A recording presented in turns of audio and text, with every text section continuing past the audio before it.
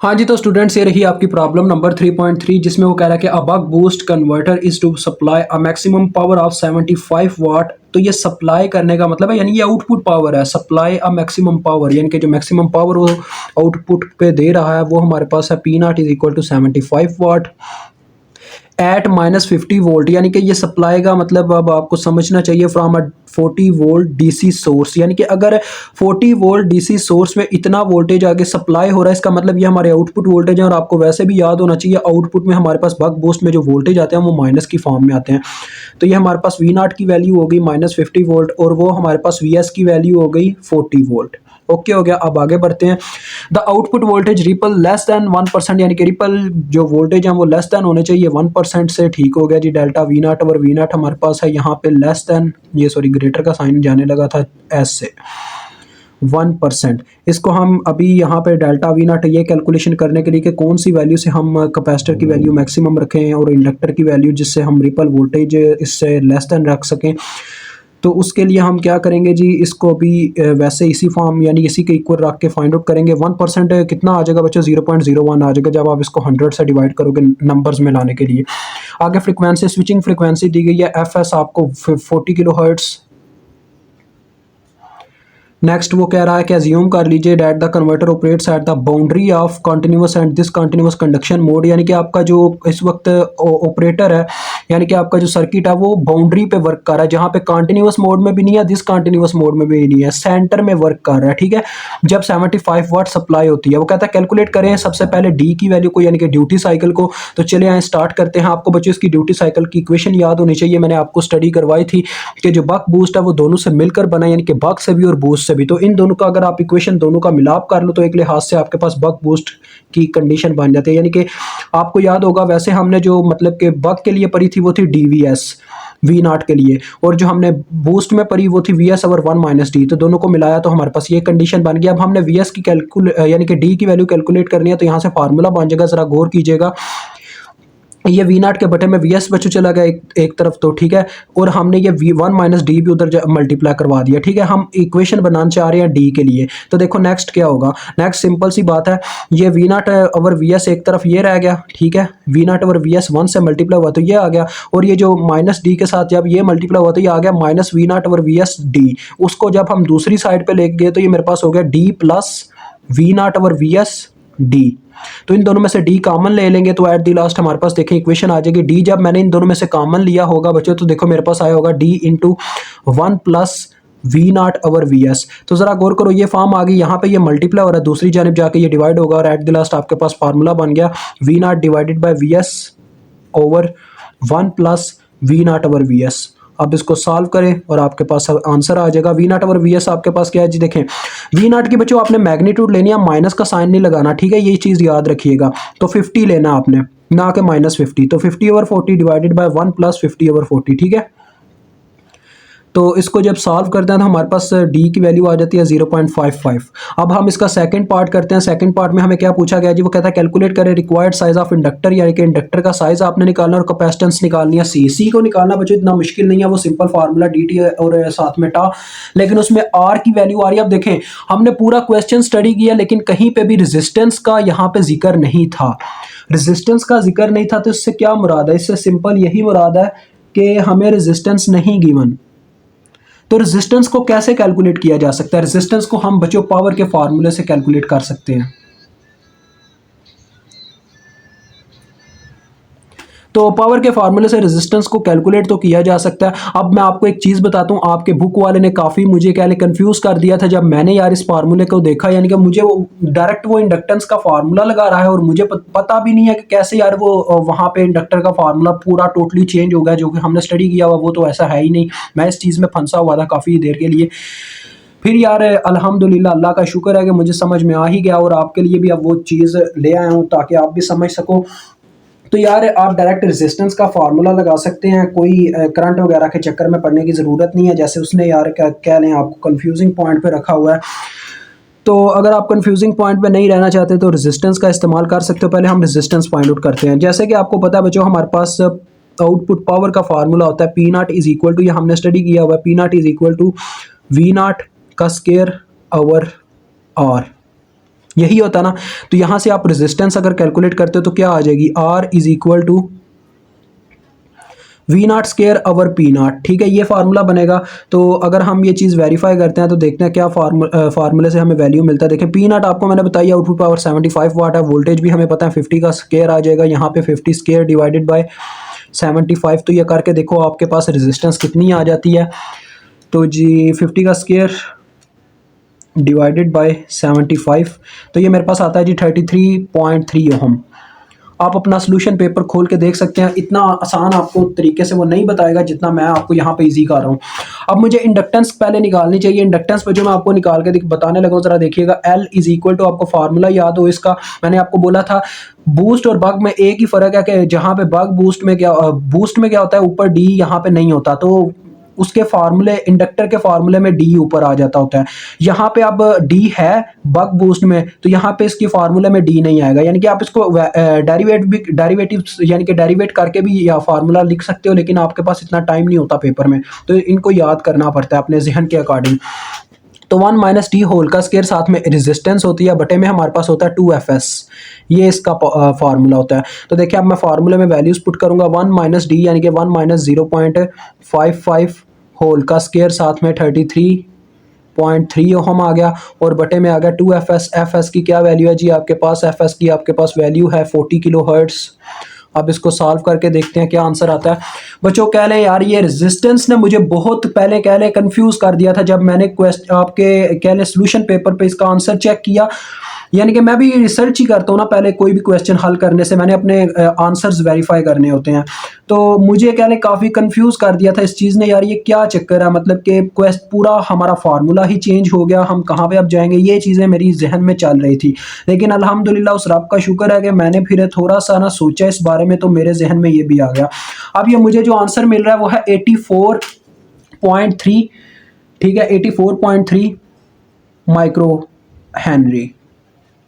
तो ये मेरे पास L की वैल्यू आई है। अब मैं कैपेसिटेंस निकालूंगा। देखो उसने साइज ऑफ इंडक्टेंस और कैपेसिटेंस बस पूछा हुआ है, हमने इनके इक्वल बच्चों जो वैल्यू आएगी वही चूज करनी है। अब मैं आपको बताता हूँ उसकी रीजन ये, हम बाउंड्री पॉइंट पे वर्क कर रहे हैं। बाउंड्री पॉइंट पे आपको पता है हम इज इक्वल टू वाली वैल्यूज लेते हैं, यानी इनके बराबर हमने वैल्यू लेना होता है जो आता है। ठीक है, तो ये आगे इंडक्टर की, वैसे अगर हम इससे यहाँ तो ग्रेटर लेते हैं या इसके इक्वल लेते हैं ताकि हम डिसकंटिन्यूअस मोड में ना जाएं। ठीक है जी, तो अब मैं कैपेसिटर की वैल्यू जब फाइंड आउट करना चाहूंगा तो आपको ये फार्मूला याद हो, हमने रिपल वोल्टेज का फार्मूला याद करने के लिए मैंने आपको बोला था डी टी डिवाइडेड बाय टा, ये फार्मूला होता है। तो यहाँ से हम फार्मूला बना लेते हैं, क्योंकि टा आपको पता है आर सी के बराबर होता है, यानी इसके बटे में आर सी है, मैं सी को उठा के इधर ले जाऊंगा। ठीक है, और डी टी के बटे में अभी आर मौजूद है। ठीक है, आर मौजूद है और ये इधर मल्टीप्लाई पूरी टर्म हो रही थी, इधर आके डिवाइड हो जाएगी नीचे, तो ये ऐसे फार्मूला बन गया delta V naught over V naught, ये आ गया। वैल्यूज पुट कर दें, डी की कितनी वैल्यू है 0.55। टाइम पीरियड, आप बच्चों देखो टाइम पीरियड की कई बच्चों को वैल्यू नहीं पता होती, वो कैसे निकालते हैं यार, फ्रीक्वेंसी से निकालते हैं। देखो जो फ्रीक्वेंसी है ना, अगर आप उसका रेसिप्रोकल लेते हो 1/fs करते हो तो आपको टाइम पीरियड मिल जाएगा, लेकिन उससे अच्छा यही आप टी की जगह 1/fs फार्मूलाज में पुट कर दो, यानी कि यहाँ पे टी ऊपर है तो यानी बटे में बस fs की वैल्यू आपने पुट करनी है। तो रेजिस्टेंस आपके पास आ गई 33.3। सारा काम सीधा हो गया बच्चों एक रेजिस्टेंस निकालने से। नहीं तो आप जाके वो आंसर देखोगे, आप कहोगे कि सर आपने जो हमें फार्मूलाज बताए और जो हम यहाँ पे फार्मूलाज देख रहे हैं दोनों में जमीन आसमान का फर्क है, ऐसे आप कहते हैं मुझे। लेकिन देखें मैंने आपके लिए इस चीज को यहाँ पे साबित किया कि हम इन फार्मूलाज से भी सारा काम डन कर सकते हैं। तो fs की वैल्यू यहाँ पे पुट कर रहा हूँ। पहले fs की वैल्यू है 40 मल्टीप्लाई बाय 10⁻³ और दूसरे नंबर पे आगे रिपल वोल्टेज आते हैं जो कि है मेरे पास 0.01। ठीक है जी, अब इनकी मदद से मैं C की वैल्यू कैलकुलेट कर लूंगा, C इज इक्वल टू, तो देखते हैं जी कितनी आती है, ज़रा हम भी करते हैं। 0.55 divided by 33.3 multiply by 40 multiply by 10⁻³ और साथ में है जी मल्टीप्लाई बाय 0.01। तो ये बच्चों मेरे पास आता है 4 पॉइंट यानी कि 41 कह लो, 41 पॉइंट, मैं इसको वेरीफाई कर लूँ एक दफ़ा। हाँ जी 41.3 माइक्रोफैरड। ठीक है जी, ये मेरे पास इसकी वैल्यू आती है। आपके बुक वाले ने पता नहीं कैसे ये थोड़ी सी डिफरेंस निकाली हुई है, अब हो सकता है उसने यार वैसे ही कुछ कर दिया, क्योंकि कुछ होते हैं इनके आंसर आगे पीछे होते हैं, कोई नहीं इतना मसला, हमने तो बस ये वैल्यूज हमने निकालनी है माइक्रोफैरड। ठीक है जी। अभी आप ये बाउंड्री पे कर रहे हो, अगर आपने इसको कंटिन्यूअस मोड में रखना हुआ, आपने ये बताना है कि सी की रेटिंग ये है कि हमने इससे ग्रेटर या इक्वल रखनी है, या इससे ग्रेटर या इससे इक्वल रखनी है इंडक्टर के केस में भी। ठीक है, ये आ जाएगी इंडक्टर और कैपेसिटर का साइज आ जाएगा। अब देखें नेक्स्ट उसका थर्ड पार्ट जो है आपके क्वेश्चन का, वो है डिटरमाइन करें एवरेज मैक्सिमम और मिनिमम इंडक्टर करंट्स को। अब मैं आपको ना जरा ये वेरीफाई करवाता हूँ ये कैसे आप फाइंड आउट करोगे। सबसे पहली बात बच्चों, एवरेज का कैसे नाम आ गया इसमें? हमने तो अभी तक करंट्स जो भी देखी हैं वो या तो मैक्स होती है या मिनिमम होती है, हमने ये दो करंट्स पढ़ी हैं, एवरेज कहाँ से उठ के आ गई है यार? सिंपल सी बात है, एवरेज का आपको सीन बताता हूँ। असल में इस वक्त हमारा जो सर्किट है वो बाउंड्री में क्या होता है, आपकी वेव ऐसे ऑसिलेट करके जा रही होती है। यानी कि देखो मैं आपको असल बात बताता हूँ, जब आपके पास बच्चों कंडीशन होगी ना कंटिन्यूअस मोड में आपका सर्किट चल रहा होगा, तो आपकी जो मतलब कि वेव फॉर्म होगी आपके सर्किट की, डीसी की वेव फॉर्म, वो कभी भी जीरो को टच नहीं करेगी, जीरो की लाइन को टच करके नेगेटिव में नहीं जाएगी। ठीक है, यानी कि वो जीरो की लाइन को टच ही नहीं करेगी, उससे ऊपर ही जो है ऑसिलेट करती रहेगी। तो जो अपने पास होती है ना दूसरे नंबर पे बच्चों, जो डिसकंटिन्यूअस मोड की होती है, वो क्या करती है, वो कह ले पॉजिटिव से चलती हुई जीरो के ऊपर जाके स्टॉप कर जाती है, उसको हम कहते हैं डिसकंटिन्यूअस। यानी उसका ये सीन होता है, देखो थोड़ी देर के लिए पॉजिटिव और थोड़ी देर के लिए सर्किट ऑफ, फिर थोड़ी देर के लिए पॉजिटिव, फिर थोड़ी देर के लिए सर्किट ऑफ, तो ये डिसकंटिन्यूअस मोड चल रहा होता है। बाउंड्री क्या होता है? बाउंड्री ये होता है बच्चों, ये ऐसे ही है, मैं आपको समझ आता हूँ एक यार मिसाल से। लेट से आप मरी जा रहे हो, तो मरी आप क्या करते हो, रास्ते में आपको बंदर दिखाई देते हैं, आपका सफर था नथिया गली जाना। ठीक है, आपने आपका लास्ट पॉइंट था नथिया गली, वो है आपका लास्ट पॉइंट, मेन जो आपकी कह लें मंजिल है।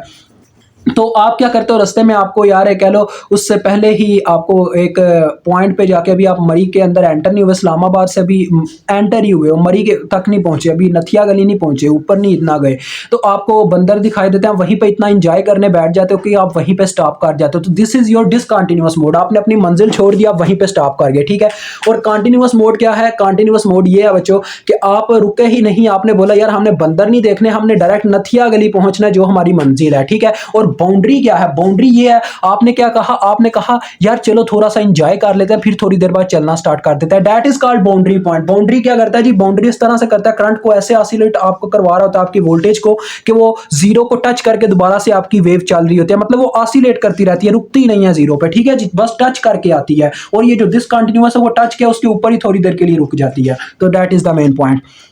अब मैं आपको बताता हूं दैट्स वाई ये एवरेज इसमें आया। ठीक है, अब सबसे पहले हम बात करते हैं इंडक्टर करंट। यार आपको याद हो मैंने आपको आईएल मिनिमम, आईएल मैक्स ये सारी पढ़ाई हुई हैं, तो अब हम यहां पे पहले वो फाइंड आउट करने की बात करेंगे। देखो हमने आईएल मैक्स निकालनी है, तो आईएल मैक्स बच्चों मैंने आपको इसका फार्मूला पढ़ाया था आईएल मैक्स का, आईएल मैक्स और आईएल मिनिमम। हाँ जी, तो असल में यहाँ पे हमने चेंज निकालना है, चेंज।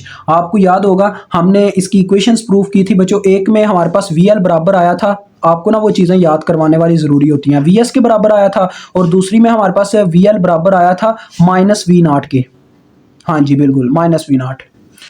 तो हमने ये चीज़ वेरीफाई की थी, क्लैरिफाई किया था इस चीज़ को कि जब स्विच ऑन होता है तब ये वीएस के बराबर आया होता है, और जब स्विच ऑफ होता है तब ये आता है हमारे पास। हमने स्विच ऑन वाली कंडीशन ली क्योंकि हमने सोर्स वोल्टेज के साथ चलना था, तो दैट्स वाई हमारे पास, आपको पता है वीएल किसके बराबर होता है, मैंने आपको बताया था बच्चों, ये सारा आपका रफ अमल है, आपको समझाने के लिए कर रहा हूँ। वीएल आपको मैंने बताया था बराबर होते हैं inductance into derivative of current according to time. हम यहाँ से चेंज इन करंट का फार्मूला बनाते हैं, जो कि यहाँ पे असल में पूछा जा रहा है, क्योंकि एवरेज, मैक्सिमम और मिनिमम इंडक्टर करंट का बार बार एवरेज होना, मैक्सिमम होना या मिनिमम होना, ये चेंज आ रहा है उसमें, तो इसको हम इस तरह से मेंशन करते होते हैं, आईएल मैक्स, आईएल मिनिमम, ये वाले फार्मूला।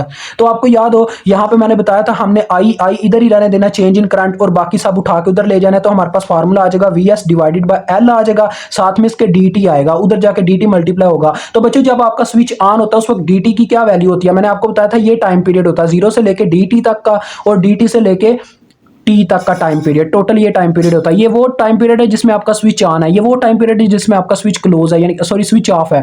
तो लिहाजा स्विच ऑन के टाइम पीरियड वाली हमने इक्वेशन ली होती है, तो लिहाजा इसमें dt हमारा आ जाएगा, dt की जगह, यानी ये जो dt है उसकी जगह ये वाला dt आ जाएगा।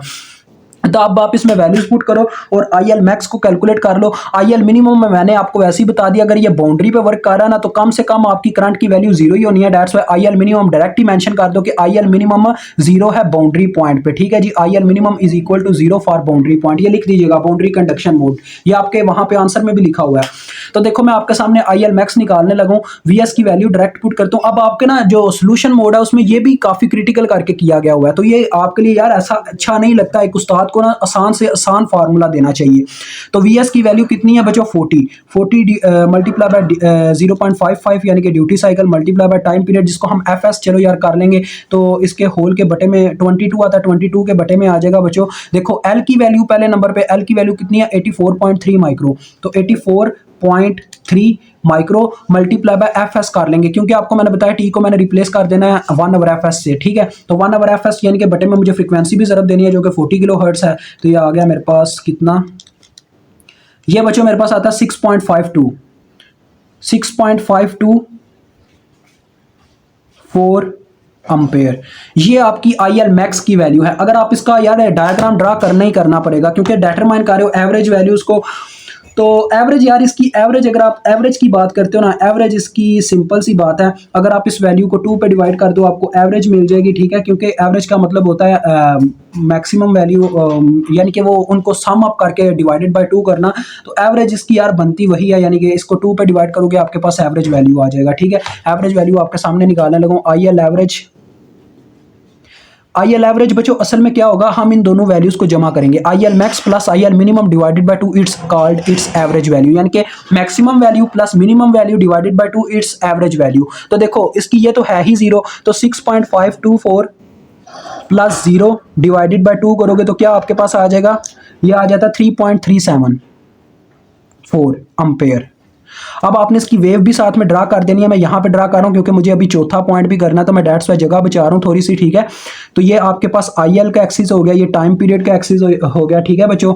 तो टाइम पीरियड देखो हाफ आपको पता है dt होता है, यहाँ पे हम क्या लेते हैं, यहाँ तक का dt टाइम पीरियड है और यहाँ पे आके t टाइम पीरियड है। तो आपके सामने ये वैल्यू जो है हमारे पास I L minimum value zero है ना, इसका मतलब ये जीरो से स्टार्ट करती है, ठीक है बच्चों। यहाँ पे ये मैक्स होती है और फिर ये जीरो पे जाती है, फिर ये मैक्स होती है, फिर ये जीरो पे जाती है, कुछ इस तरह का। ये शायद मैं गलती कर गया हूँ बच्चों, गलती कर गया हूँ, एक गलती हो गया ये ड्रा करते वक्त।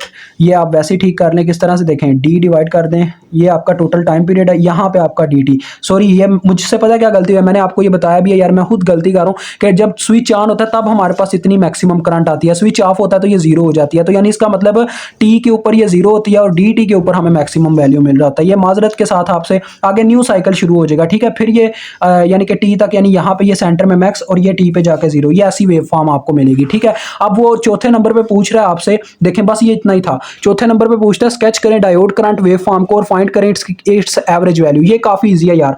देखो डायोड की क्या आपने निकाली है, डायोड सिंपल, आपको इसकी शेप अगर याद हो, डायोड क्या करता है, हाफ टाइम पीरियड के लिए कंडक्ट करता है और हाफ टाइम पीरियड के लिए ऑफ होता है, ठीक है जी। तो कंडक्शन और ऑफ के इस कंसेप्ट को अगर देखा जाए तो मैं आपको याद दिलाता हूं, जब आपका स्विच ऑन होता है उस वक्त डायोड करंट को अलाउ नहीं करता गुजरने के लिए, ठीक है। मैं आपको वो 1 मिनट शेप दिखाना चाहूंगा, फिर हम इसकी स्केच करते हैं वेव फॉर्म।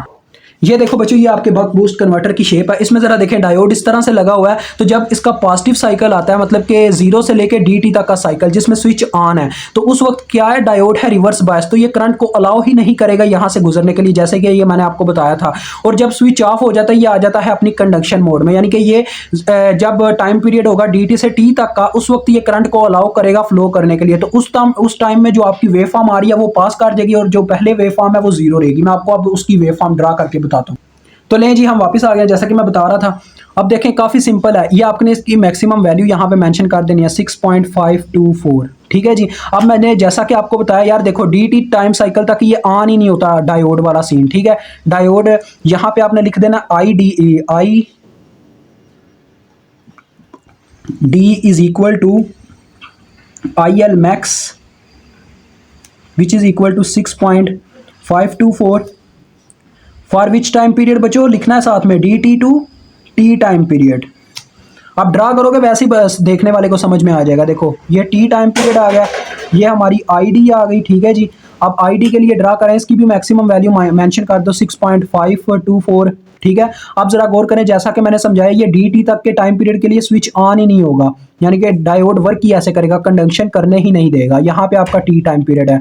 जो ही देखो, जैसे ही मतलब कि ये dt टाइम पीरियड पूरा हुआ तो स्विच ऑफ हो गया, तो डायोड ने कंडक्शन शुरू करवा दिया, यानी उसने रास्ता देना शुरू कर दिया। तो यहाँ से आपकी वैल्यू ऐसे फिर ट्रायंगुलर वेवफॉर्म स्टार्ट हो जाएंगी, ठीक है। फिर आगे क्या होगा, आगे dt तक ये नहीं बनेगा, अगले dt तक ये जीरो होगा, फिर dt से स्टार्ट करेगा और t तक जाएगा, यानी ऐसी वेवफॉर्म आएगी, कुछ देर के लिए ऑफ कुछ देर के लिए ऑन, ऐसे डायोड आपका वर्क कर रहा होगा। यहाँ पे आपका ये क्वेश्चन डन होता है। मुझे बच्चों आपको कह रहा हूं, आपने अपना क्वेश्चन जो इसका सोल्यूशन पेपर है वो खोल के देखना है और इस क्वेश्चन को खोल के देखना, बताना फर्क है कि नहीं। अगर फर्क है, मैंने आपके लिए आसानी पैदा की है, तो यार मुझे इसका आपने इनाम देना है, कमेंट सेक्शन में कमेंट करना, अपने दोस्तों के साथ हमारे चैनल को शेयर करना है और हमारी वीडियोस को लाइक भी करना है।